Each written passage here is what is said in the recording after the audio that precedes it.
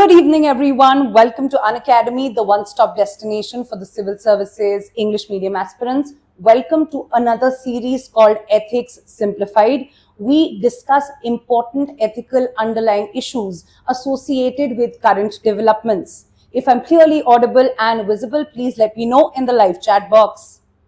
Please write yes in the live chat and allow me to resume. Clearly audible and visible.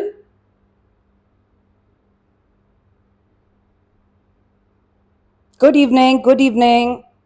Audio and video is absolutely clear. Let's begin the session and discuss the important developments and the underlying ethical issues that can be asked directly in your examination. All right. Now, no handshake controversy. This is related to the recent developments of the Asia Cup that is being played as we speak. India and Pakistan have met for two occasions, one on the 14th of September and one yesterday. The tensions were high any which ways when it comes to an India-Pakistan match. But this time it was higher because of the geopolitical developments that had happened in May of this month. In that context, what were the calls for boycott on social media? What were different opinions and debates relating to whether we should play these matches, engage in any form whatsoever with Pakistan, be it on any medium, on any platform, etc., was hotly debated. Now, in that context becomes a question that whether sports ethics have to be upheld in times like these, or if national interest, patriotism, and nationalism should supersede. And that question becomes the heart of our ethical debate. These kind of questions have also been asked in the prior examination. I will tell you how. So therefore, let's dive into this discussion. Before we do, we have brought an important offer on account of the festivities, that is the Shiksha Mahotsav, in which you get a triple bonus.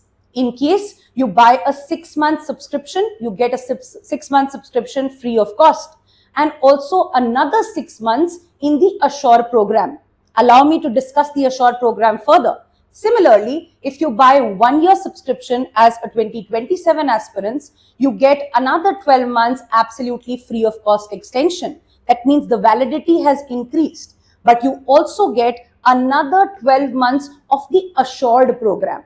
We want to assure that we do not leave your hand till the time you clear this exam, which is why part of the Assure basically means in case you have fulfilled certain criteria. For example, you've watched a certain number of hours on the platform for us to know that you are a serious candidate. Other such details will also be in the slide that will follow. You can see the terms and conditions. But this is a very good offer. Make good use of it in case you are starting your preparation. The offer is at 19,999. It is a limited time offer, so make good use of it. Now, let's begin our discussion. And therefore, the context is the 14th September India versus Pakistan match that was played in the Asia Cup that is ongoing. The match was also held yesterday. That is the second encounter between India and Pakistan. So what is the controversy? What are the ethical underlying issues that we must know as UPSC candidates, but also as citizens of this country? So let's debate and understand that. Let's understand first the timeline behind it. The timeline behind it is associated with what happened in May or April, in fact. So in April, multiple Indian innocent lives were lost in the Pahalgam terror attacks. And therefore, India had given a befitting reply in the form of Operation Sindoor. Therefore, the relationship between India and Pakistan have ever since been deteriorated or been in a place where it is almost ceased to exist. Most of our diplomatic channels are over. We are not engaging with them in any manner whatsoever. Therefore, in this context, was it wise for India to engage in a platform that is sports? By engaging in sports, are we not lightening tensions? Are we not normalizing the relationship between the two countries? Is it right or is it justice for the families that have lost their loved ones in the Pahalgam terror attacks? Is it right also to do so in the context of the morale of the armed forces that fought very well in the May Operation Sindoor? So therefore, a lot of calls for boycott had begun on social media just prior to the match. That means multiple political parties, multiple social media platforms, and many people had started making the viral hashtag boycott India Pakistan or the Asia Cup. And that was the popular opinion. In fact, at least the vocal opinion. The government and the BCCI took the decision of going ahead and participating in the Asia Cup series. In that context, we must ask, is this call for boycott the right call? What were the consideration, the arguments for and the arguments again for this boycott demand that was heightening? Next, even though we played the match, something happened after the match. That means our players or cricketers conducted themselves in a manner where they only behaved as if they are doing their duty as sportsmen. They are going and playing the match because this is what their country or the government or BCCI per se has decided. They went ahead, played the match. But when it came to any kind of human interaction, when it came to any kind of normalizing tensions, for instance, it is a common gesture after sports events to engage in a form of a handshake. That is part of sports etiquettes, that is part of sportsmanship. So whether you are a losing team or a winning team does not matter. The teams engage in a form of a handshake, and therefore that is the spirit of the game. But that spirit of the game should or can that also be attained and maintained in these kind of tense situations. Therefore, our cricket team decided to not engage in any kind of this human-centric interaction. They said that we can't, or they did not say it, there was no quote, but there was a tendency to think that any kind of handshake might be put in a lot of public scrutiny. It might also be criticized. It might not be right for what we have experienced because of Pakistan. Of course, and India accuses Pakistan of being supportive of terror that breeds on its soil. And therefore, the Prime Minister has also time and again said that now is the time where we will not differentiate between the terror masterminds and those states and governments that support it. Therefore, they did not engage in any kind of handshake, any kind of sports gestures, and they quietly moved into their dressing rooms. The boycott was also seen. For the first time, India-Pakistan match, which is considered one of the most sensationalized matches, for the first time, the stadium had some empty seats. And that creates another question mark, that what was the popular opinion, what were the concerns of the people. So therefore, with this handshake controversy, that means playing but denying that humanizing interaction, is that enough? Or is this only perceived as symbolism and people are still not happy that you have gone and played the game? So those kind of considerations we will dive into. Then we will also dive into sports ethics as a topic in general and discuss certain aspects. For example, just to note, just for you to know that I will only discuss, and I promise this, something that is relevant for the exam. Yes, there can be certain clickbait news, but it is important to understand that because of that trigger in the form of current affairs, do we extract the relevant information and give only what is important for you for the examination point of view. And the best way to do it is to check whether this kind of a development can ever be formulated in a question form. And therefore, I've included a PYQ for you that will suggest the relevance and the similar nature of the questions being asked. Look at this previous year question, 2025, recently, now in GS paper 4, this question was asked. And therefore, they asked, war is a diplomacy by other means. Basically, the area of diplomacy is extending to various means. The method of warfare is also changing. Is war also one of the methods to promote a country's diplomatic agendas, goals, and decisions? That was a specific question. Similarly, you think about it and see, can there be a possible question on sports now being treated as a new arena of diplomacy? or sports also being treated as an area where a country or the people of the country, their players can mark protest, they can register protest. So sports as an arena of diplomacy by other means, similar to the question that has been asked, can be a possibility, which is why we will discuss and close this topic once and for all, right? So let's look at the arguments for boycott. Now, why were the arguments for boycott on popular social media handles such as Instagram, Twitter, the local public opinion, etc.? So, please understand, a lot of people who did support the boycott, they basically gave an argument that India's stand when it comes to tolerating the tactics of Pakistan has been recently changing or has recently changed, where we said that even though you breed terrorists on your soil, even there is a possibility that they are breeding on your soil. We will still not consider territorial integrity as one of the areas that will stop action. We will get into your territory and therefore neutralize specifically in a measured manner, in a specifically targeted manner, those terror outfits that have been featuring, that have been continuing in the form of Murid Ke, in the form of other strikes that we had taken under Operation Sindoor. After that, the Prime Minister had also addressed the nation in the Independence Day speech, had also mentioned very categorically that till now, we used to be a country that we used to keep our reaction very measured, very proportionate. But now we are moving into as a country that will not tolerate any nuclear blackmail.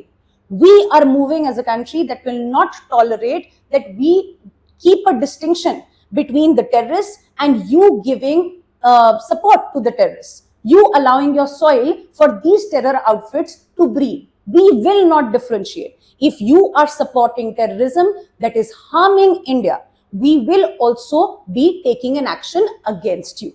And that differentiation, the ending of that differentiation, basically showcases India's no tolerance policy. So therefore, the arguments for boycott suggest that when we took such a strong stand after the Pulwama attack, when we are fed up of multiple cross-border instances of terror, be it the Pulwama attack, be it the Uri attack, and now the Pahalgam attack. So after the Pahalgam attack, when we did take such a stand and said that now our strategy or our reaction now is not going to be measured, we are going to make sure that we do not differentiate. Then why are we differentiating now when we are engaging with Pakistan while we still know that they are supporting terror? So therefore, this differentiation that had ended after the Pahalgam attack, this differentiation should have remained as an ended process even for the sports domain. We should have completely disengagement in every possible manner, be it sports, be it international affairs, be it any diplomatic ties, and be it water treaties as well. So this differentiation ending should have continued even when it comes to sports. The second argument is that we very categorically said blood and water cannot flow together, which is why we suspended the Indus water treaties between India and Pakistan. When we were so categorical about blood and water not flowing together, in that context, can sports and blood flow together? That again becomes a question mark of those individuals that were favoring the boycott. Another important observation made by multiple people was that when you say that we are going to engage in a sporting event, in a sports event like cricket, like any other sports event, what you're trying to do is it creates a normalization of the situation. It reduces the tensions between countries. And therefore, the people who supported the boycott said, do we really want to reduce the tensions between countries? Do we really want to normalize the situation where Pakistan has not done much to ensure that they have stopped supporting terror infrastructure on that soil? So whether this normalization is even desired or not became the question for those who favored the boycott. And therefore, it is insensitive. A lot of people said that it is absolutely insensitive for those families that have lost their loved ones in the Pahalgam terror attacks, and also for the morale of our armed forces. Our armed forces risked their lives in ensuring that they fought and defended the country in the May clashes. And therefore, after that, can we as a nation forget all of this, put that in the past and go and play a match? That became a question mark for boycott, for the arguments of boycott as well. So therefore, another argument was where the opposites or the critics of the boycott said, why punish cricketers? Why punish sports? They are just cricketers, sportsmen or players that are doing their job. But the people who favored a boycott, they said, are they just another cricketer or are they called the Indian cricket team? There is no denying that Indian is attached to the word cricket team in this context. So are they just representing themselves as sportsmen or are they also representing India or the voices of India? That again became a question mark. No engagement whatsoever. The same thing that we had discussed. That symbolic way, one of the most symbolic ways of showcasing resentment, of showcasing discontent or any kind of protest is also by following that protest in a symbolic form. And therefore, according to the arguments of the boycott, this would have been a good way to create pressure still on Pakistan. To say that we do not forget so easily, we do not forgive so easily, right? So this becomes the argument for boycott. Now let's also understand the arguments or those that are favoring the decisions. That why was this decision taken? Why should this decision still be accepted? A beautiful analogy I will give you when it comes to the Swarajes. The Swarajes in the 1920s were favoring entering the councils. That means participating in elections and entering the legislative councils. Versus the no changers were denying it and said that we want to continue with our constructive work. Yes, one of the biggest arguments of Swarajes was that they said we do not want to leave any place, any vacuum where anti-India sections can breed. We do not want to leave the legislative assemblies for anti-India elements to come and therefore work with the Britishers and provide legitimacy to the policies of the Britishers. We want to come at every place, every domain and oppose and expose the policy of the Britishers. That is the same analogy where we use here and say, why should we leave any arena, be it sports, to not counter Pakistan? In fact, India can play Pakistan, again establish its dominance by winning, which we did twice, and therefore increase our national prestige. That can also be an argument. So that is the parallel analogy to understand those that were favoring this as well. Another important argument is the same. That means we also adopted a strategy where we said it is not just for us. It is not just for us to believe and know that Pakistan is probably helping or allowing for terror camps on its soil. We also want to expose this information to the world at large. And therefore, after the Pahalgam terror attack, we did take our hard measures in the form of military offenses. But we also made sure that we sent an all parties parliamentary delegations to different countries to ensure that Pakistan's narrative of often crying the victim of India's aggression can be countered. And therefore, this can mean that we should engage in all domains in a way to constructively criticize them, to overpower them, and therefore enhance India's prestige again. That becomes another analogy. Refusing to engage other than the duty of the game bare minimum. Basically, this means that a lot of people said, let them play the game. They did not engage any further. It did not look like a normalization of ties, and that is why it is absolutely fine. So refusing to engage in any other capacity more than just playing the game, going and doing your duty as a sports person or as a sports team that is participating in these groupings. A lot of people are also saying, just because Pakistan is part of other groupings, does that mean we will stop going and attending those international forums? That is also the case, and that is also an argument.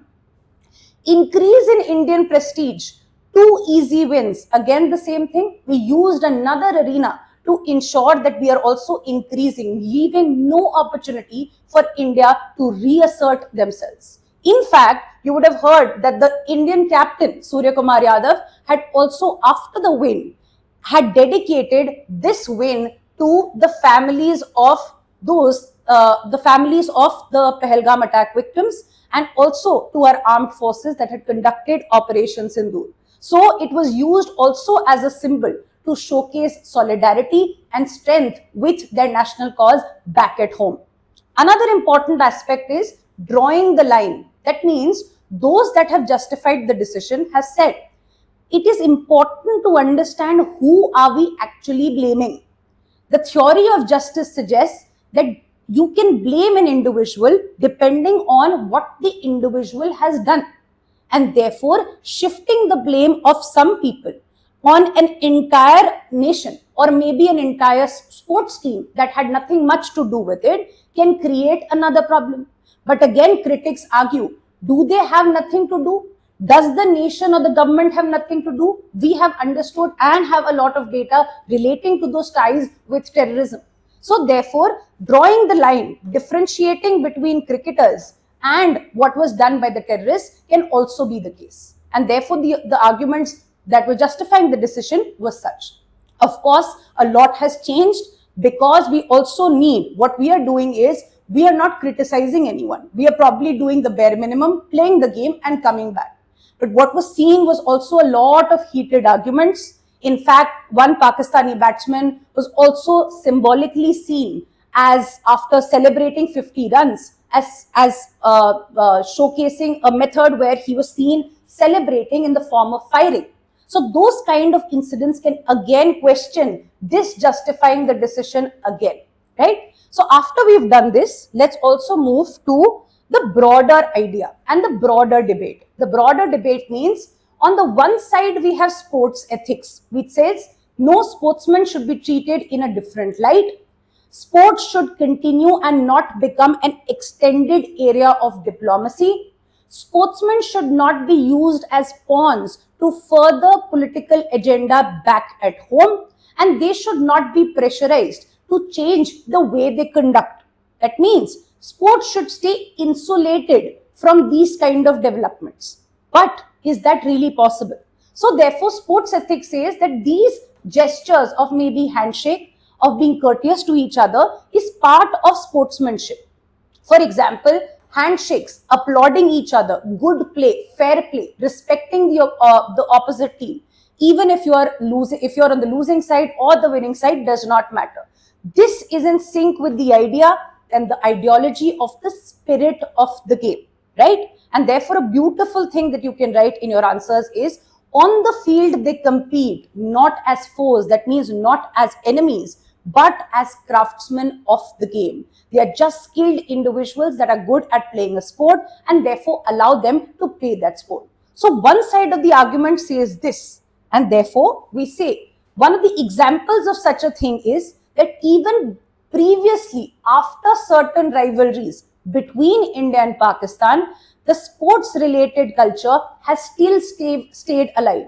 In fact, it is the sports diplomacy that has often allowed the easing of tensions between the two countries. Yes. So therefore, after 1999, that is the Kargil war and the Kargil related tensions, the two parties still met in a decent manner with basic etiquettes and following sports ethics, where Anil Kumble and Wasim Akram had shared very, very good gestures and normalization of ties as well.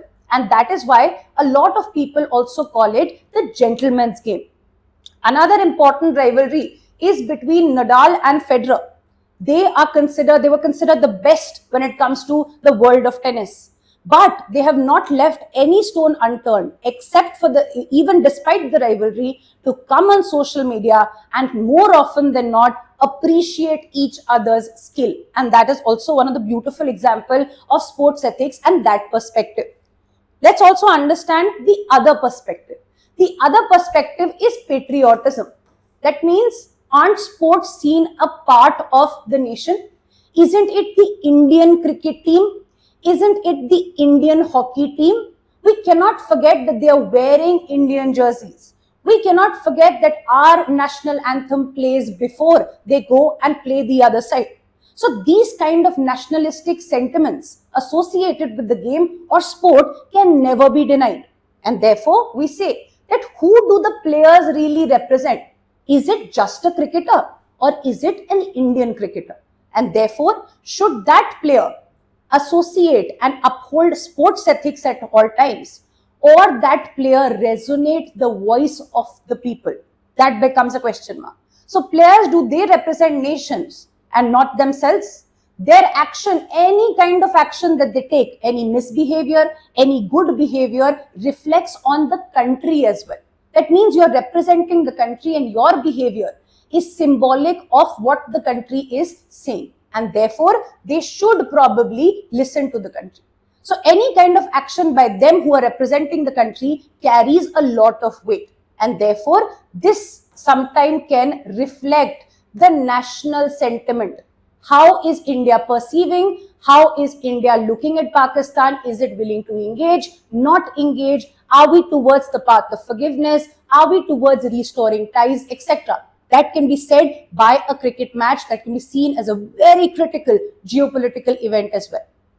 Another important aspect is the same aspect, that in sensitive times, for example, wars, etc., you would have also seen multiple times in Olympics, a lot of people or some sports people otherwise also on their social media handles have gone and supported the Palestinian cause as well.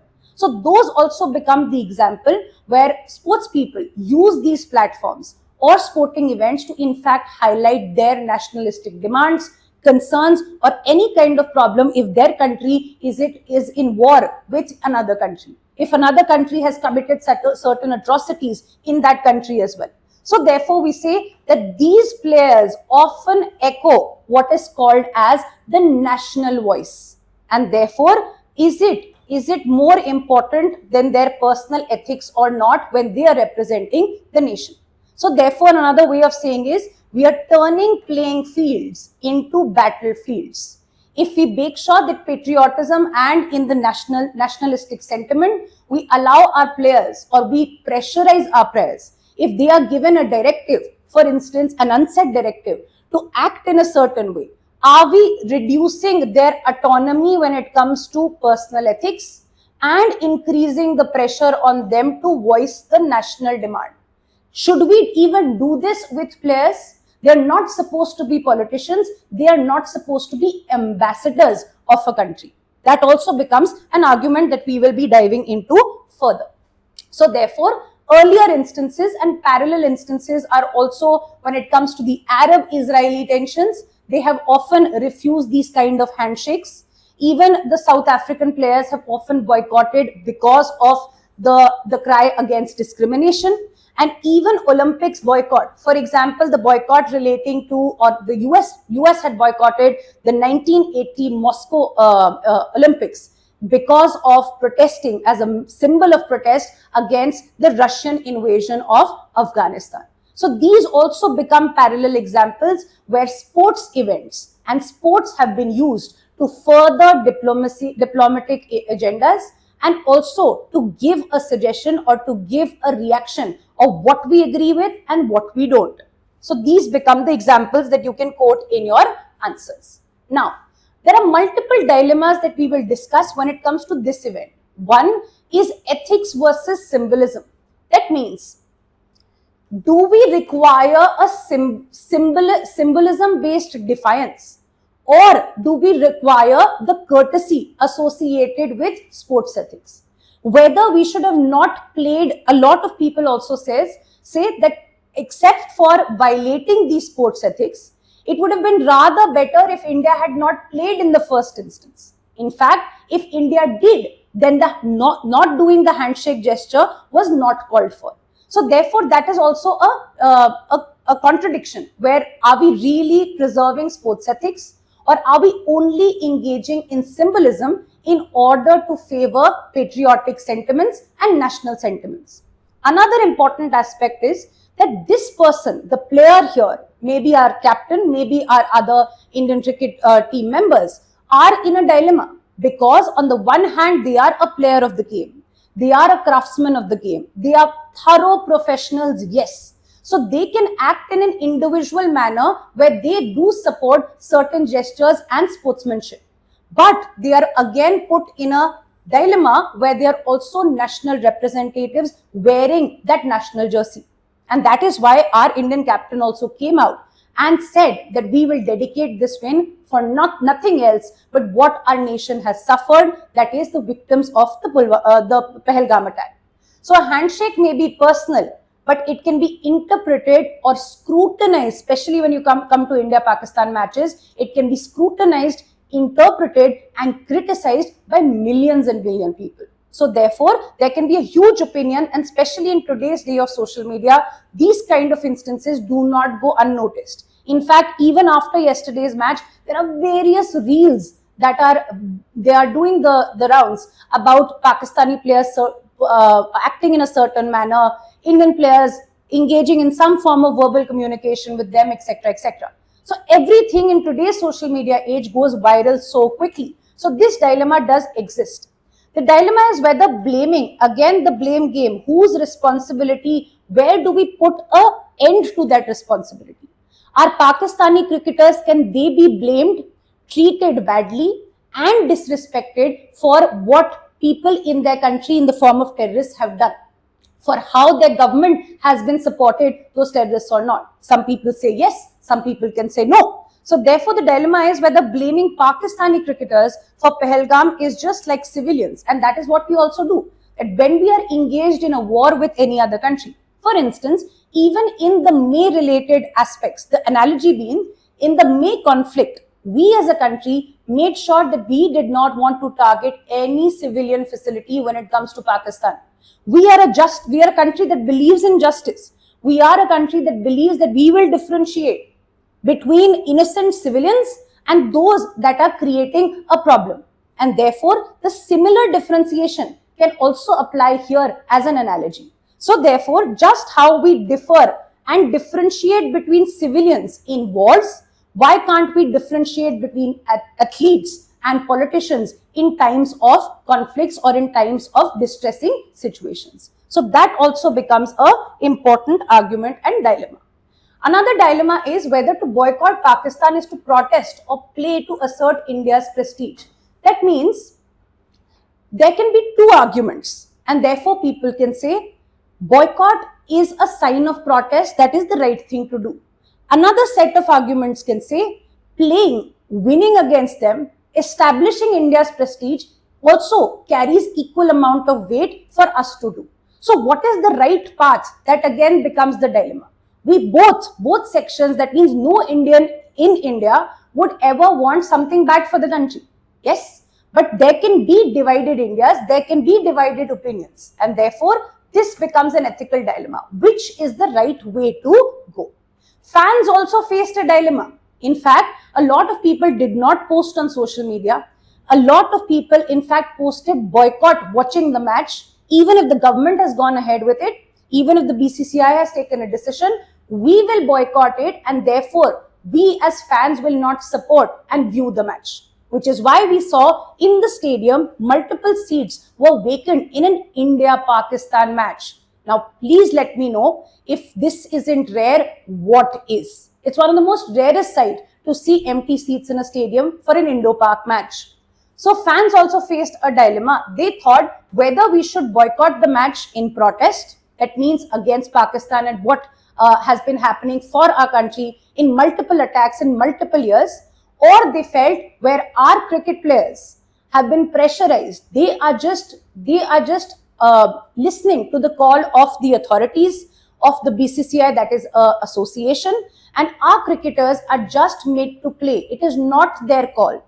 Therefore, once they have entered the field, should we not support them by viewing them and cheering for them? So this was also a dilemma that fans faced, right? So players who were only doing their duty, they were just playing for what they were sent for.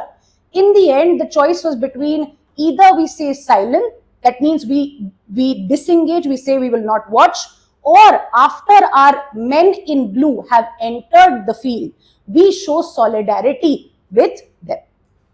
The short-term cost versus long-term gain is also a dilemma. Short-term cost is, yes, symbolically we can show a very, very good sign of resistance, protest and make a mark when it comes to world affairs. But long-term, these kind of methods set the precedent. And these kind of methods might become the norm, which actually might be very detrimental for sports diplomacy in the future.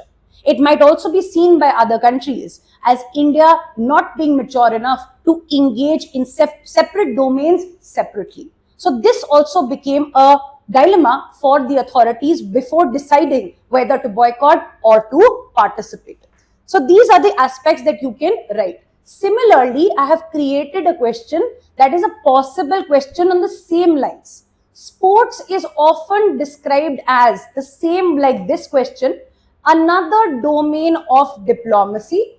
Discuss the ethical advantages and challenges of using sports as a tool of international relations. That means there are certain positives, there are certain tendencies where it is used as a domain of diplomacy, but there are also certain concerns where politicization of sports can be a bad thing to do.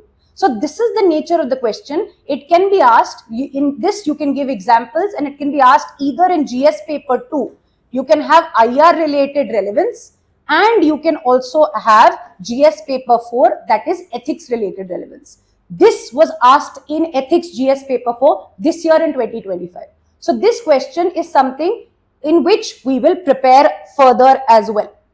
For instance, if we create arguments where we say that sports is being used as an extended area of ensuring the extension of diplomatic agenda, of political agenda, of national sentiments, that we say extended area sports diplomacy. And we give examples where sports diplomacy has been used. It has been catering to the right things. It has been used to diffuse tensions. It has been used as a way to increase ties between countries, etc., etc. It has also been used to express national sentiments. And then we will go to an argument where we discuss that what are the concerns of overusing this and misusing this trend. What can be the detrimental impacts? So therefore, we say nations use sports to project their identity, to project their prestige, and often these matches are not just seen as normal matches. They are seen as proper geopolitical events. Please note that the kind of Indian sentiment, the whole of the country. For instance, if you see on Hotstar, on Sony Live, etc., earlier there used to be a space on the side, on the top right hand, which would say how many people are watching. Almost the entire country would be watching an Indo-Pak match. That is the significance of the Indo-Pak match. Now, was it just for the love of sports? Is it just for the love of sports? If it were for the love of sport, an Indo-Australia match would have been equally interesting. An India-Bangladesh match would have been equally interesting. But an India-Pakistan match grabs the maximum attention. Why is that the case? Because of the intertwining of geopolitics, the historical rivalry, the problems and issues with two nations, and this match almost seen as another method of warfare. This match almost seen as a do or die situation. This is how seriously India-Pakistan matches are taken in this country. Sports can act as a back-end channel. Back-end channel means where other diplomatic ties have failed. For example, people-to-people ties. For example, the institutional level ties. For example, ambassador level diplomatic ties. The government-to-government ties. There are instances where countries have not been engaging with each other in a conducive diplomatic manner. And in this case, sports become one of the easiest ways to diffuse tensions. And therefore, it can work as a back-end channel. Back-end channel means even if you're not directly engaging diplomatically, this can be a silent form of engagement. And that is why sports diplomacy. The example is the ping pong diplomacy. The ping pong diplomacy is relating to table tennis related competitions between US and China in the 1970s. That helped in reducing the tensions between US and China, and that set the stage for the US president to then make a visit to China. And therefore, these are successful examples of sports diplomacy being used as well. Soft power. Of course, hard power is associated with the kind of military capabilities that you have, while soft power is about projecting your culture, projecting your sports strength, hosting sports related events. For example, you would hear about Qatar hosting the FIFA World Cup. Now, at that time, Qatar was being criticized a lot due to certain regressive labor practices and policies as well. Hosting a mega sports event like the FIFA World Cup was one of the best strategies to divert attention, to bring the world to Qatar, and therefore establish itself as a country very, very capable of hosting other international meetings as well. So it is a form of soft power as well. It allows for people to people contact, increases the prestige of the country, and therefore we also hear about, for example, in 2004, India and Pakistan had engaged in what is called as a friendship cricket series to soften ties, to make ties better. And that is why soft power. Conflict de-escalation, a symbolic gesture, for example, joint matches, etc., can reduce the tension, infuse the relationships again, and therefore normalize relations. Hosting mega events, the ones that I've already discussed, for example, the example of Qatar hosting the World Cup of 2022 becomes another example. Other examples, now we'll come to the problem when it comes to what are the issues if we overuse sports as a channel of creating or extending our political interests. What happens when we are probably forcing or we require our sportsmen to not just be sportsmen but ambassadors of the country? What happens because of this? There are certain risks, and this should also come in your answers. Therefore, you say games between rival nations often heighten nationalism. You would have seen that there are also instances where there are riots, there is violence in the stadiums, there is a lot of verbal spat between players, between fans, between spectators, etc. And therefore, this can create a heightened form of atmosphere if you don't just view sports as sports, but rather you see this as another place of warfare, of establishing your prestige, where it is colored with excessive patriotism that cannot often be balanced with sports ethics. It can lead to very, very bad outcomes. Any form of victory or defeat is interpreted as the success of a nation or major humiliation of the nation. You would have heard this in popular language and conversations as well. Have you not heard Indians say that it's fine even if you lost to another country, for instance, Bangladesh, Australia, etc. We would be able to sleep tonight. But if you lost to Pakistan, we will feel humiliated. So that is attaching geopolitical rivalries to sports. So victory and defeat is interpreted as political success and humiliation, and this creates immense pressure on the players that are playing on the field. They are not just playing as players, they are sometimes both not even allowing, you don't even allow them to enjoy the sport, but they constantly have the pressure to perform for the country. And therefore, sadly, even when you come to fans, for instance, there were campaigns where the Indian cricket team was performing so well. They were made overnight heroes, and this is what we call as popular attention. They were made of overnight heroes. But it is that one match they lost, and suddenly all of them will be criticized and will be considered as national villains. This is not the treatment that we give to our Indian cricket team or to our players in general. They should be insulated from this level of scrutiny that is wrapped in excessive patriotism. We should, as a society, inculcate the skill to appreciate the sport for being a sport as well. So this becomes another problem. For instance, the Indo-Pak rivalry matches are seen as a test of national pride, a matter of national glory, and therefore we often see violence, riots, etc. that have broken out in the stands, in the stadium, with spectators, even between the players on the field, on the pitch as well. So these become the example and issues with it. Another issue is called the term politicization of sports. Athletes are judged, or they should be judged, for the skill that they present on the field at the day of the competition. They should not be judged, scrutinized for how they represented the political demand of the home or the political government of the day. Even if they are not aligned with what the government believes, they should not be judged for the kind of alignment or dissociation that they have from the government. confusing them as ambassadors. We should only see them as players, not ambassadors of the government. For example, US led boycott of 1980 Moscow Olympics. A whole country boycotting becomes an example of politicization of sports as well. It also creates a dilemma for the athlete, sportsmanship versus the national representative. For instance, the pressure on the Indian captain when it comes to the handshake controversy and the refusing of the handshake moment. That becomes the dilemma for athletes as well. Commercial exploitation. Now, this is the sad reality. This is also a very, very disturbing trend and can have a major risk of over politicization of sports. For instance, there can be, and I totally agree, you and me and other people can probably support the boycott for the right reasons. There can be multiple sections of the population that are supporting the boycott for the right reasons, for the right sentiment. But a lot of social media companies, some media houses, and some corporates relating to the broadcasting, etc., can in fact use this kind of viral trend to increase their revenue, their TRP, and therefore over sensationalize the matter.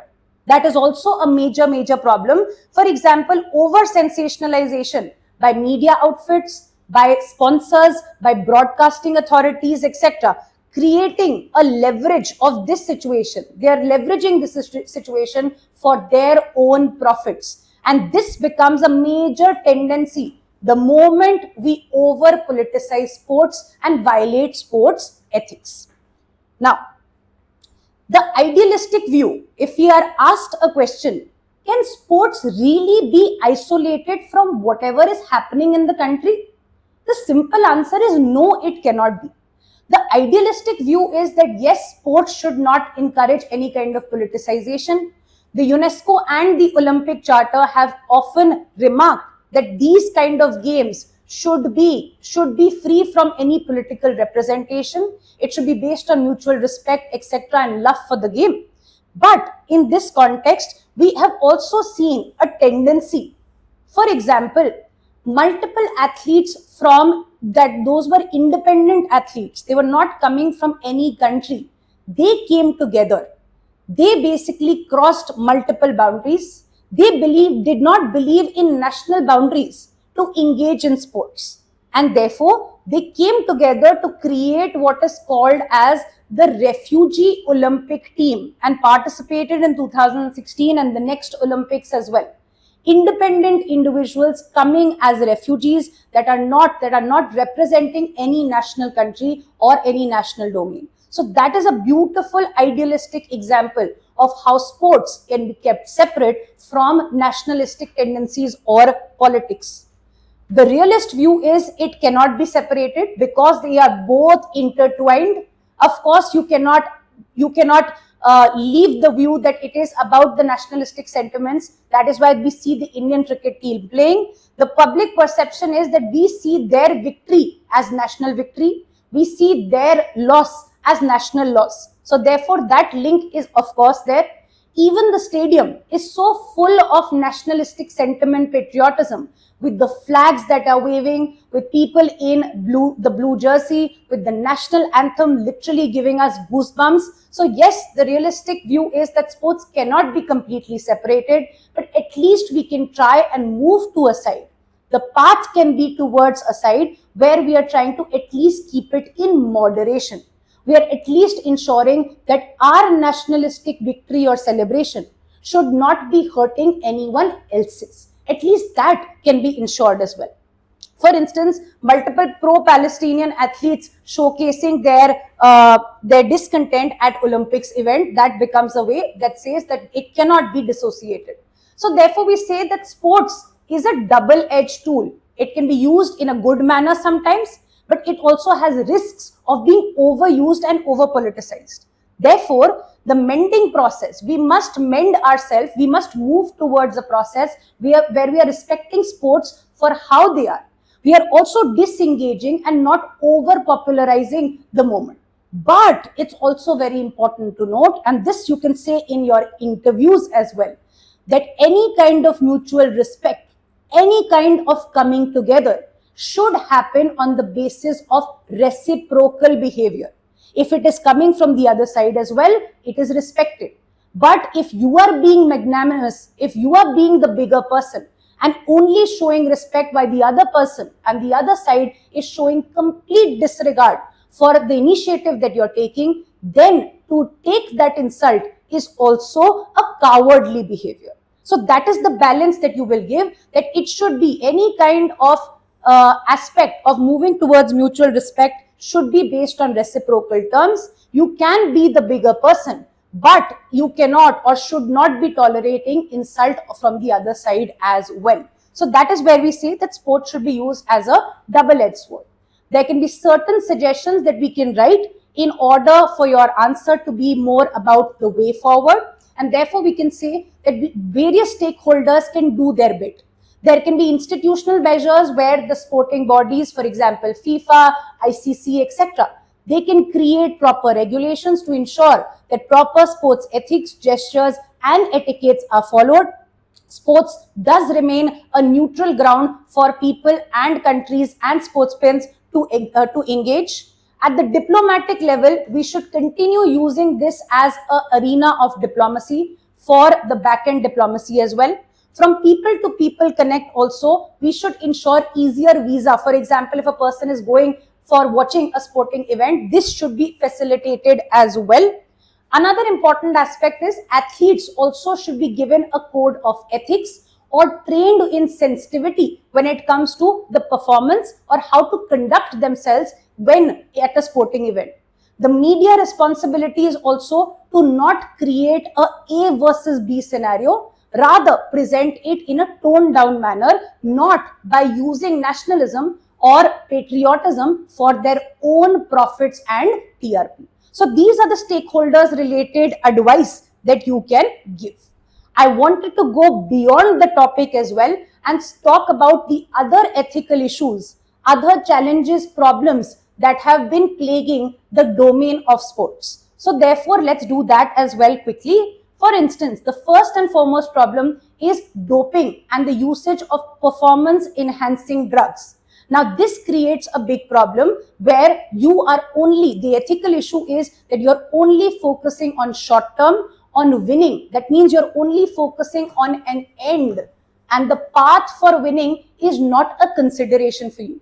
How you are winning should also be fair, it should be just, and your performance as a sportsman should always follow the principles of integrity. Integrity for the game and respect for the nation. So doping and performance enhancing drugs are a major problem. For example, a very famous cyclist, Armstrong, was also booked by the US administration for doping, and therefore he did lose a lot of his prestige after those charges were proved as well. The injured dilemma, that means you would have seen multiple sportsmen who continue to play just because they know that their country is not going to maybe qualify for the finals, the quarterfinals, etc., if they are not playing, when sometimes they are the main they are the main sports person.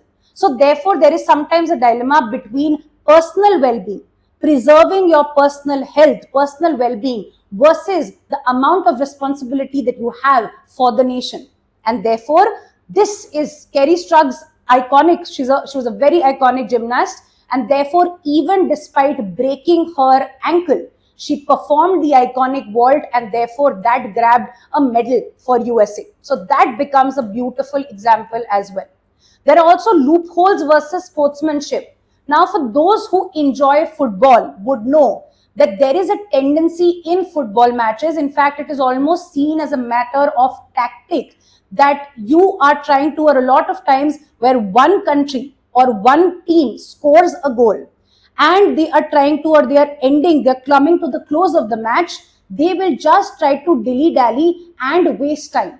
In fact, they will put the ball outside, and throwing in will often waste a lot of time.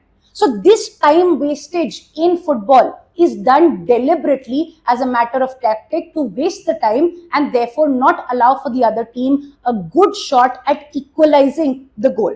So therefore this becomes using the loophole. It is not the right thing. but it becomes very difficult to regulate this practice in football. So as a sportsman, are you using the loophole, or are you showcasing proper sportsmanship where you say, no, I will fully engage in the game, I will play, even if you get the chance to score a goal, maybe then you are the better team.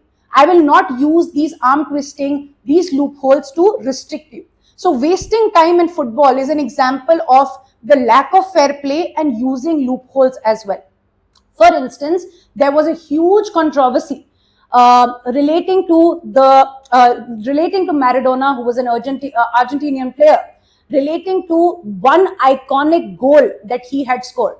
At that time, we did not, of course, have the technology to check for specifically if the goal was done by his foot, which is the norm, or there was an engagement of his hand. So that was a controversy, and that is why his goal was popularly called as the hand of God. And therefore, this creates again a question mark of fair play. Another major ethical dilemma is relating to transgender participation. That means in sports, yes, we should focus on diversity, inclusivity. That means those individuals that have taken up sex replacement therapy, or for example, hormonal therapy, etc., should also be allowed to participate. And therefore, there should be proper mechanisms, for example, checking of certain physiological traits, hormonal levels, certain verifications, but completely denying them to play and participate creates a major question mark. So that also is a debate about inclusivity, but there is also an opposite debate where individuals say that for a trans woman to compete in the woman category creates a disadvantage for other women, because physiologically sometimes the trans women are stronger in terms of the physiological makeup and the build. So therefore, this also becomes another dilemma in sports ethics and the area of sports. Another major issue, and that you can use for multiple even film stars, the problem of endorsement. Yes, sportsmen in our country are celebrated hugely. In fact, there will be little kids who will completely blindly follow something that a sportsman is recommending, a brand that they are doing an ad for. In that context, being such fit individuals, should they be taking up the brand campaigns of sugary carbonated drinks that can have very bad healthcare impacts? For example, a Red Bull, for example, random energy drinks. Should these fitness individuals be promoting what is called as junk food brands, for example, KFC, Burger King, etc.? That also becomes a question. So endorsement deals versus social responsibility is a dilemma. Match fixing, this also is a major issue when it comes to fixing scandals. Are you making the sport only about making money? Are you just paying the sport and using it as an arena to make unfair money? That becomes another question. Last but not the least, our behavior should also be scrutinized. That means, how do we as fans, as spectators, should be watching these matches? Should we be engaging in any kind of spat with the person in the stadium that is favoring another team? These kind of verbal spat is not something that we should encourage. The fans should also not overly criticize. That means in one night they are made heroes, the other night they are made villains. That should not be the case in point. So some form of moderation in terms of expectation, understanding that they are humans as well, and also at the end respecting sport. I'll give you a very popular analogy, and that is relating to the debate about who is the GOAT, the greatest of all times. Fans are divided between Messi and Ronaldo. I would suggest that appreciate both for the skill that they display the moment they enter that football field. Both are a treat and a delight to watch. And why should they not be? Why should we divide ourselves in these two groups about who is the greatest of all times? It is our privilege as a generation to watch both of them play, and why should we not enjoy and celebrate that? On that note, I'm ending the discussion for today. I hope you're taking back something informative from this time that we've spent together. If you have, please make sure that you like the video, you comment down below, give your ideas and instances of sports related ethics, how they can be used very, very well. What are the instances that you have witnessed yourself as a fan, as as a viewer, and that will be enriching the comment section as well.